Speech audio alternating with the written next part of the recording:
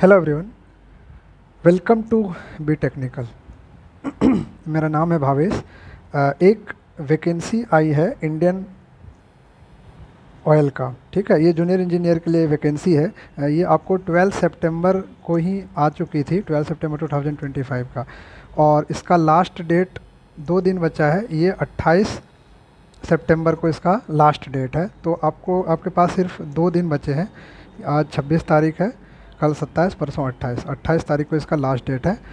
तो प्लीज़ इस detail advertisement को आप एक बार देखिए। और ये जूनियर इंजीनियर के लिए है। उसमें कितनी वैकेंसीज आई है और क्या क्या उसके क्वालिफ़िकेशन है उसको मैं डिस्कस कर लेता हूँ शॉर्ट में।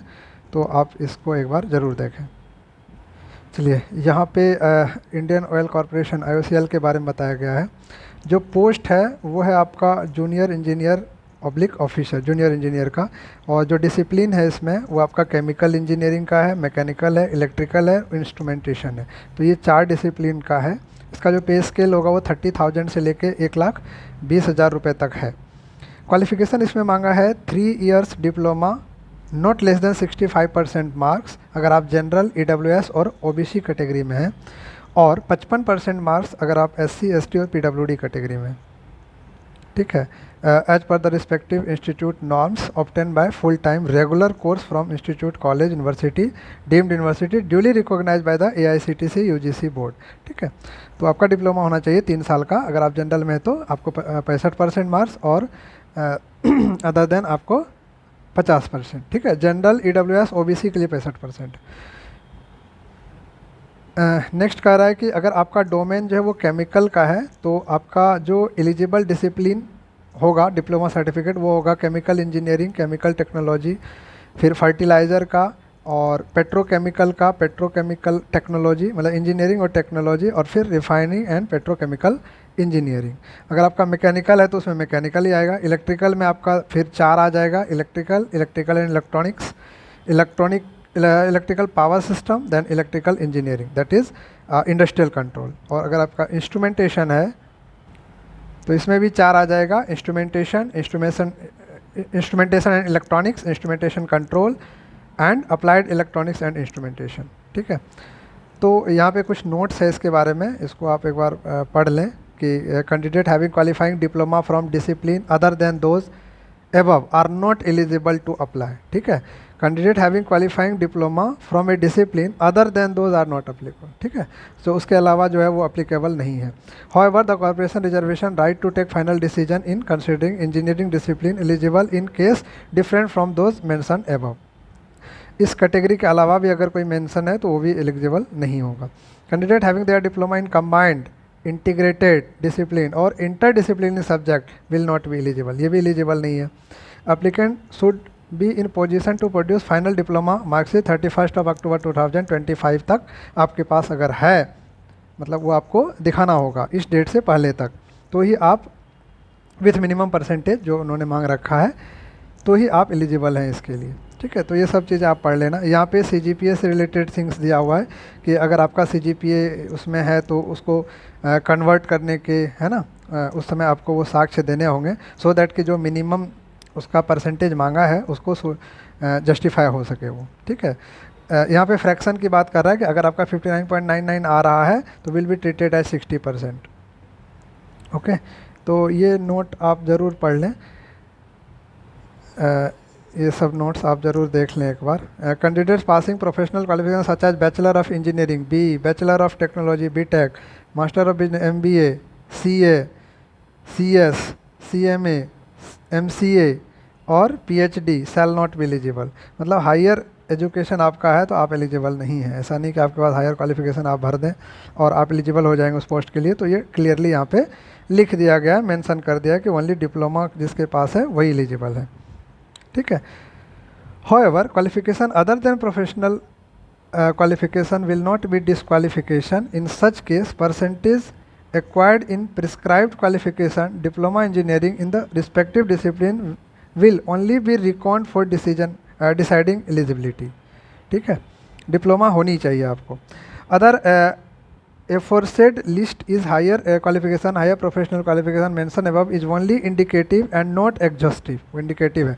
Management may determine any other qualification as a higher qualification or higher professional qualification which is or not listed above. The decision of the management in this regard shall be final in the binding. No further inquiry shall be entertained in this respect. Okay तो ये notes आप देख लें इस बार. अपर age limit जो है इनका general और EWS कैटेगरी के लिए शैल not be more than 26 years 1 जुलाई 2025 तक. ठीक है, तो अपर एज लिमिट कितना है 26 ईयर. तो यहाँ पे वो दे रखा है कैटेगरी वाइज कि आपका जो अपर एज लिमिट होगा वो कितना होगा. तो जनरल, OBC, SC ST सबका यहाँ पे दे रखा है. इसके अलावा ये इम्पोर्टेंट है आपके लिए कि इम्पोर्टेंट देखिए 12/9 को ही आ गया था, जैसे कि मैं आपको बता चुका हूँ ऑलरेडी, और लास्ट डेट इसका 5 बजे शाम तक है ना, 28/9/2025 यानी परसों तक ही इसका लास्ट डेट है. एश्योरेंस ऑफ एडमिट कार्ड आ जाएगा 16 अक्टूबर को, और CBT एग्ज़ाम हो जाएगा आपका 31 अक्टूबर को. CBT एग्ज़ाम होगा, उसका भी डेट इन्होंने दे रखा है. ठीक है, इसके अलावा यहाँ पे रिजर्वेशन कैटेगरी के बारे में दिया गया है, ये सब आप देख लें. ठीक है, पूरा ये कैटेगरी का दिया हुआ है. इसके अलावा जो इम्पोर्टेंट थिंग है इसमें एक फ़िज़िकल फिटनेस आती है कि pre employment medical examination PEME guideline कहता है कि final selection and joining of candidate subjected to the physical fitness criteria describe in PEME guideline. उस गाइडलाइन के हिसाब से जो फिजिकल फिटनेस रिक्वायर्ड होता है वो आपके पास होनी चाहिए. ठीक है, तो इसको आप एक बार देख लें. इसके बाद है selection and short listing procedure. क्या है, एक CBT का एग्ज़ाम होगा, कंप्यूटर बेस्ड टेस्ट, और ग्रुप डिस्कशन होगा, ग्रुप टास्क होगा यानी GD GT, और फिर पर्सनल इंटरव्यू होगा. तो ये 3 स्टेज होंगे सिलेक्शन के. तो पहला जो स्टेज होगा CBT का एग्ज़ाम जो होगा उसमें 50 मार्क्स आपके प्रोफेशनल सब्जेक्ट्स के होंगे. आप मैकेनिकल के हैं, इलेक्ट्रिकल के हैं, इंस्ट्रूमेंटेशन के हैं, उस डोमेन से रहेगा 50 क्वेश्चन. और बाकी के जो 50 क्वेश्चन होंगे उसमें quantity aptitude 20 question, logical reasoning 15 question, verbal ability 15 question. तो ये 50 क्वेश्चन आपके जनरल एप्टीट्यूड के होंगे. तो टोटल 100 क्वेश्चन के एग्ज़ाम हो गया. ईच क्वेश्चन आपके 1 मार्क्स का होगा, carry 1 marks. 0.25 marks will be deducted every incorrect. अगर आप इनकरेक्ट होता है क्वेश्चन तो निगेटिव मार्किंग है, आपके 1/4 चला जाएगा. ठीक है, कट जाएंगे, डिडक्ट हो जाएंगे. So test shall be comprised of objective multiple choice type question and shall be a total duration of 150 minute. 150 minute के टोटल एग्ज़ाम होंगे. 20 मिनट पर hour for compensatory time in computer based test. ठीक है, तो इसके बाद ये सब आप देख लेना, ये उतना इम्पोर्टेंट नहीं है. आपके ये एग्ज़ामिनेशन सिटीज़ होंगे जिसमें आपके एग्ज़ामिनेशन 3 ऑप्शन आपको उसमें मांगेगा. तो इस जितने भी सिटी दिए हैं उसमें से 3 ऑप्शन आप दे सकते हैं, 3 चॉइस इन प्रायोरिटी. उसी में से एक जगह आपका सेंटर होगा. ठीक है, इसके बाद वो चेंज नहीं होगा आपका. 6.3 में कहता है short listing procedure. Short listing का ऐसा है कि पहले आउट ऑफ 100 मार्क्स में आपका CBT में से कितना होगा उसके हिसाब से शॉर्ट लिस्टिंग होगा. फर्स्ट तो ये हो गया, merely qualifying CBT does not guarantee short listing of GD GT PI. सिर्फ उसमें क्वालिफाई करने से वो नहीं है. ठीक है, उसमें एक और पॉइंट है कि अगर आप जनरल EWS OBC कैटेगरी से हैं तो आपको मिनिमम 40% मार्क्स लाना होगा.